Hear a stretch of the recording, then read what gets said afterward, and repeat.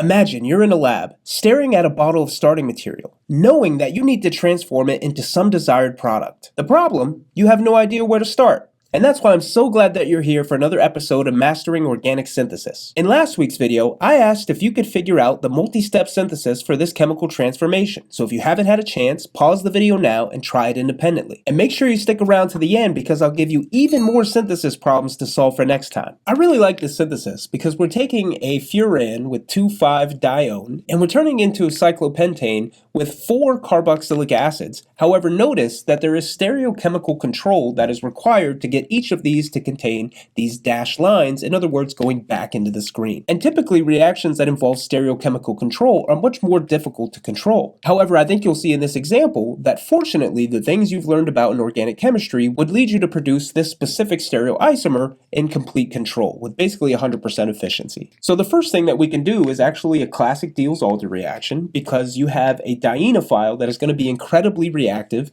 in this furan 2,5-dione. And if you take cyclopentadiene, which is going to be a classic example of a diene, to react with your dienophile to do a Diels-Alder reaction, this is going to allow us to make a cyclic fused ring system. And notice that what ends up happening, so you have the 5-membered ring at this position, and then remember, according to Diels-Alder rules, we need to follow the endo product as the major product, which is going to place both of these positions downwards, which is where that 2,5-dione was previously. And remember, this is going down in this conformation of our Diels-Alder product.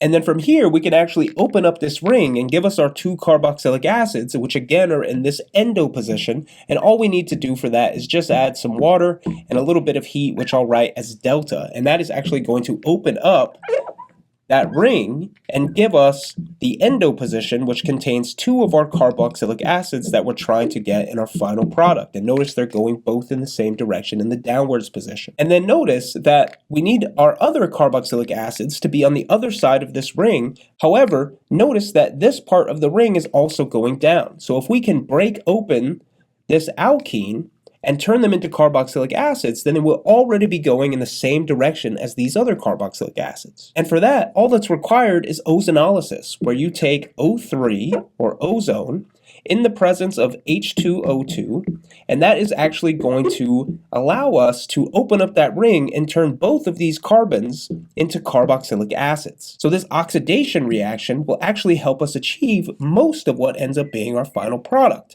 So remember, at this position we had our 2 carboxylic acids already, so CO2H, and then what we have done on the other side is broke open that ring and end up with 2 more downward facing carboxylic acids.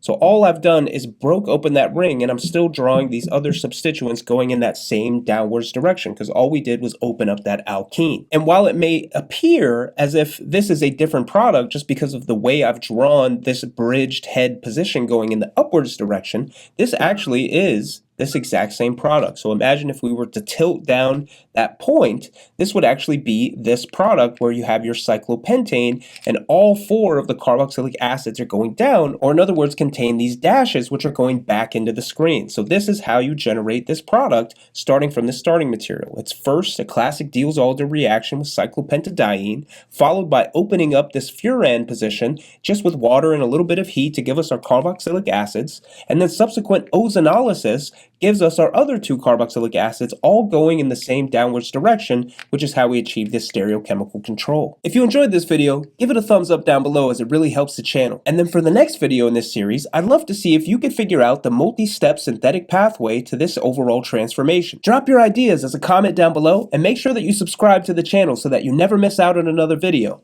I'll see you next time.